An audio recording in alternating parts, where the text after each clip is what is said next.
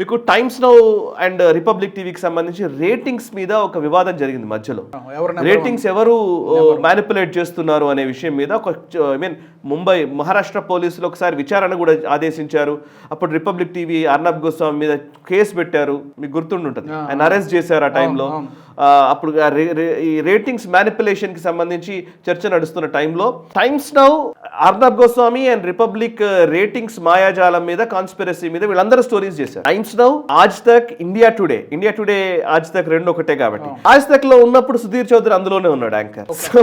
So మీరు అంటే లెక్క చూస్తే సో ఇప్పుడు ఏమైతుంది అని అంటే ఢిల్లీలో ఉన్నటువంటి మెయిన్ జాతీయ ఛానళ్లలో ఉండేటువంటి ప్రెజెంటర్స్ లేదా ఎడిటోరియల్ హెడ్స్, అంటే అందులో ఒక్కొక్కరికి ఒక ఎడిటోరియల్, లైక్ ఫర్ ఎగ్జాంపుల్ ఒక అసోసియేట్ ఎడిటర్ అంటారు, ఎడిటోరియల్ హెడ్ అంటారు, రెసిడెంట్ ఎడిటర్ అంటారు, రకరకాల డిసిగ్నేషన్స్ ఇస్తారు. వీళ్ళందరూ ప్రెజెంటర్స్ గానే మనం భావిద్దాం, అంటే వాళ్ళ డిసిగ్నేషన్స్ జోలికి వెళ్లకుండా ప్రెజెంటర్స్ గానే మనం భావిద్దాం. సో రాజ్దీప్ సర్దేశాయ్, రాహుల్ కన్వాల్. ఇప్పుడు రాహుల్ కన్వాల్ ఎన్డీటీవీలోకి వెళ్ళారు. ఓకే, రాహుల్ కన్వాల్ మొన్నటిదాకా ఇండియా టుడేలో ఉన్నటువంటి వ్యక్తి ఎన్డీటీవీలోకి వెళ్ళారు. ఎన్డీటీవీ ఎవరు టేక్ ఓవర్ చేశారు? అదాని టేక్ ఓవర్ చేశారు. ఓకే, సో ఇప్పుడు మనం అబ్జర్వ్ చేస్తే సో ఒక జాతీయవాద ఛానల్లుగా పేరు. ఇప్పుడు అర్నబ్ గోస్వామి పూర్తిగా బీజేపీ లేదా నేషనలిస్ట్ యాంగిల్ తీసుకున్న తర్వాత టైమ్స్ నౌ కూడా పూర్తిగా నేషనలిస్ట్ యాంగిల్ లోకి వచ్చింది.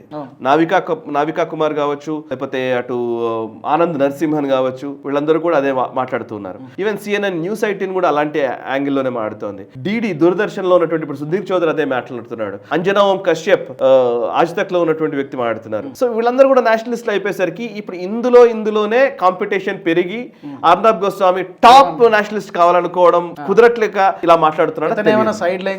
చాలా మంది నేషనలిస్టులు అవుతున్నప్పుడు అర్నబ్ గోస్వామి డెఫినెట్ గా లేదు నేను ఒక్కడనే ఉండాలని అనుకునే భావన కలిగినటువంటి వ్యక్తే. ఈజ్ సో అగ్రెసివ్ కదా. సో మేబీ అలాంటిది కావచ్చు. అండ్ సుధీర్ చౌదరి ఆయన కంటే జూనియర్ అని తెలుస్తోంది.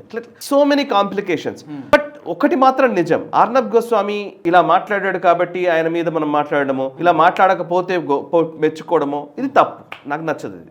నా అభిప్రాయం ఇది చెప్తున్నాను. ఎనీ జర్నలిస్ట్ నా దృష్టిలో చాలా మంది జర్నలిస్టులు, చాలా మంది మీడియా ఛానల్ నడుపుతున్న వాళ్ళు వ్యాపారమే చేస్తారు. వ్యాపారమే ఐడియాలజీ అని నమ్మే వాళ్ళే చాలా మంది.